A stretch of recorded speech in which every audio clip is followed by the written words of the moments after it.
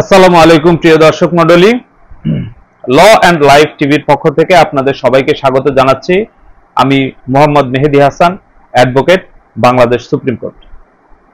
আজকে আমরা আলাপ করব বায়নানামা নিয়ে।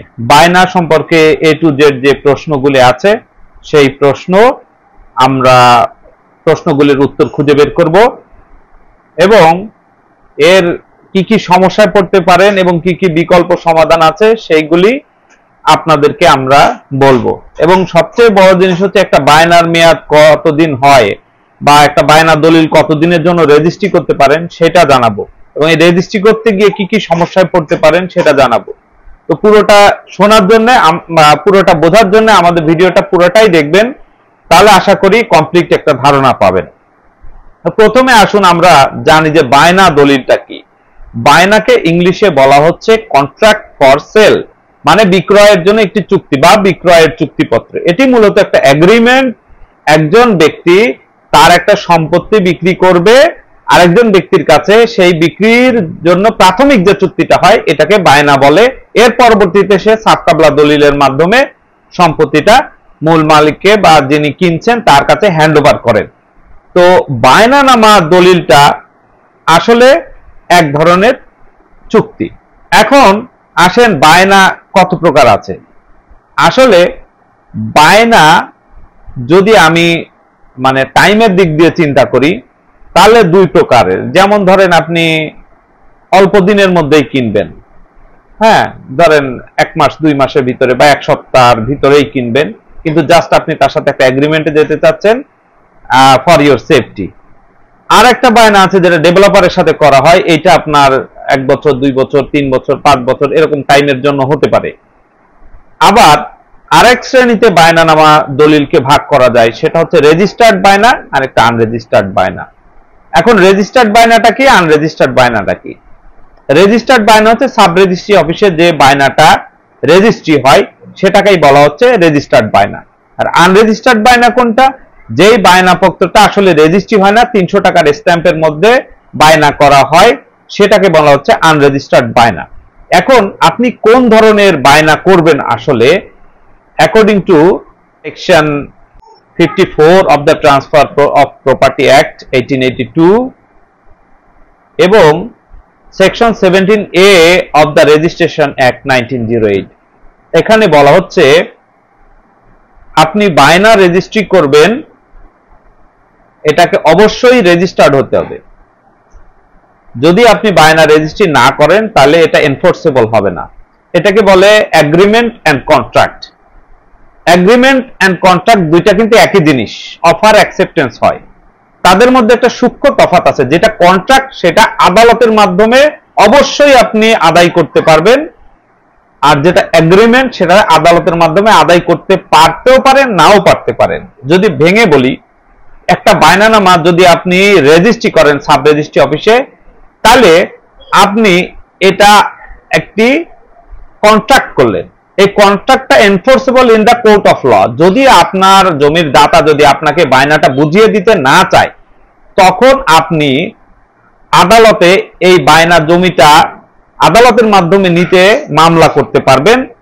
এক্ষেত্রে আদালত যদি বায়নাদাতা আপনাকে রেজিস্ট্রি না করে দেয়, আদালত আপনাকে রেজিস্ট্রি করে দিবে, যেটাকে বলা হচ্ছে বয়নামা দলিল। কিন্তু আপনি যদি 300 টাকার স্ট্যাম্পে একটা বায়না করেন, এটা হবে agreement. It is not mandatory to be enforceable in the court of law. তার মানে আপনি আদালতে মামলা করতে পারেন, আপনার করার সুযোগ আছে, বাট আদালত যে আপনাকে রেমেডি দিবে তার কোনো গ্যারান্টি নাই। কেন? কারণ আপনি গভর্নমেন্টের সঠিক রেভিনিউটা দেননি। এটাকে রেজিস্ট্রি করতে বলা হচ্ছে দুইটা আইনে, এই আইন দুইটাকেও আপনি ভায়োলেট করেছেন। তো যার কারণে এই বায়নানামা যদি আপনি রেজিস্ট্রি না করেন, তাহলে এইটা শুধুমাত্র একটা টাকার লেনদেন হয়েছে সেটার প্রমাণ। আর যদি বায়না রেজিস্ট্রি করেন, তাহলে আপনি স্পেসিফিক পারফরমেন্স অফ কন্ট্রাক্টের জন্য আপনি স্পেসিফিক রিলিফ অ্যাক্টের আওতায় এই বায়নাটা বলবৎ করার জন্য আপনি মামলা করতে পারবেন। আশা করি এই সূক্ষ্ম তফাৎটা আপনারা বুঝেছেন। এখন আসেন দেখি সাব রেজিস্ট্রাররা এই বায়নার মেয়াদ কতদিন ধরে। এখন section 54 of the transfer of property act 1882 তে পরিষ্কারভাবে বলা আছে যে বায়নানামার মেয়াদ ততদিনই হবে যতদিন দলিলে বলা থাকবে। আর যদি দলিলে কোনো কিছু বলা না থাকে, এই মেয়াদটা শ্যাল বি 6 মান্থ, মানে হচ্ছে যদি বায়নানামা দলিলে বায়নার মেয়াদটা পরিষ্কারভাবে বলা থাকে, তাহলে ওই যে মেয়াদ বলা থাকবে, বায়নানামার মেয়াদটা ওই কয়দিনই হবে। আর যদি বায়নানামা দলিলে বায়নার মেয়াদ পরিষ্কারভাবে বলা না থাকে, তাহলে এটার মেয়াদ হবে 6 মাস। 6 মাসের বেশি এই বায়নানামাটা আর বলবৎ বা কার্যকর থাকবে না। এখন আমি তো বললাম যে 3 বছরের জন্য হতে পারে, 5 বছরের জন্য হতে পারে। তাহলে আপনি কি করবেন? আপনি একটা বায়নানামা রেজিস্ট্রি করতে যাবেন, সেই রেজিস্ট্রেশনটা আপনি 3 বছর 5 বছর মেয়াদ দিয়ে নিয়ে গেলে সাব রেজিস্ট্রার কিন্তু আপনার এই দলিলটা রেজিস্ট্রি করবে না। আমি রিসেন্টলি এরকম একটা প্রবলেমের সম্মুখীন হয়েছি, তো যার কারণে আমার মনে হচ্ছে যে ভিডিওটা আপনাদের সাথে শেয়ার করা দরকার। এখন সাব রেজিস্ট্রার যখন রেজিস্ট্রি করতে রাজি হলো না, তখন আমার এক বন্ধু আছে সাব রেজিস্ট্রার, তার নাম হচ্ছে অমায়িক বাবু, সে অনেক জ্ঞানী। তো তাকে আমি ফোন করলাম যে বন্ধু, সাব রেজিস্ট্রার তো রাজি হচ্ছে না। তো বললে হ্যাঁ, সে তো 1 বছরের বেশি রেজিস্ট্রি করতে রাজি হবে না। আমি বললাম কেন? আইনে তো এরকম কিছু বলা নাই। এখন তার যুক্তি হচ্ছে, বা সাব রেজিস্ট্রারদের যুক্তি যেটা, সেটা হচ্ছে আপনার বায়নার মেয়াদটা আজীবন হতে পারে না। যে না, আমি 99 বছরের জন্য একজনের কাছ থেকে বায়না নিয়ে আমি ভোগ দখলে চলে গেলাম, এমন তো হতে পারে না।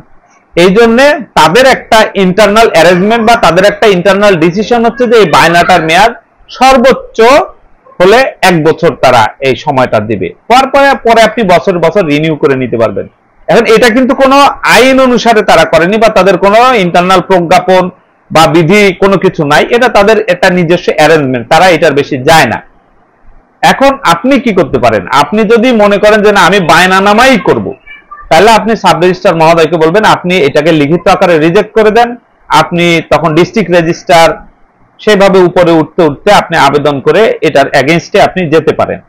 আর না হলে বিকল্প আর একটা বুদ্ধি আছে, সেটাও আমার বন্ধু sub registrar, thanks to him, আজকের ভিডিওটা তার জন্য ডেডিকেট করছি, সে যদি দেখে তাহলে সে জানতে পারবে যে তার কথা বলেছি।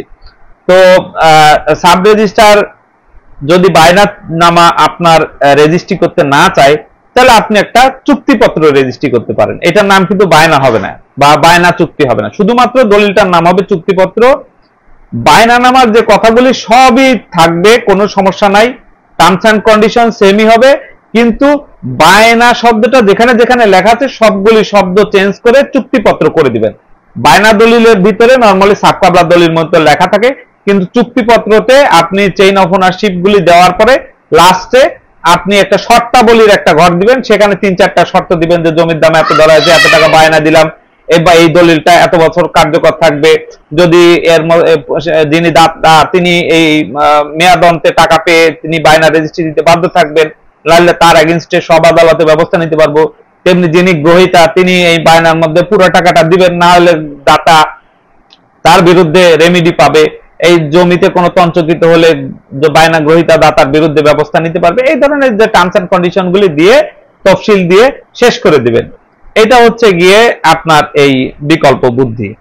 তো এছাড়াও এই বিষয়ে যদি কোনো প্রশ্ন থাকে বা এই বিষয়ে আপনি কোনো ঝামেলা ফেস করেন, আমাদের হোয়াটসঅ্যাপ নাম্বার দেওয়া থাকবে ভিডিও কন্টেন্টে, ভিডিওর লেখার ভিতরে, সেখান থেকে আমাদের সাথে যোগাযোগ করতে পারেন। আর পেইড লিগ্যাল ওপিনিয়নের জন্য আমরা পেইড লিগ্যাল ওপিনিয়ন দিয়ে থাকি।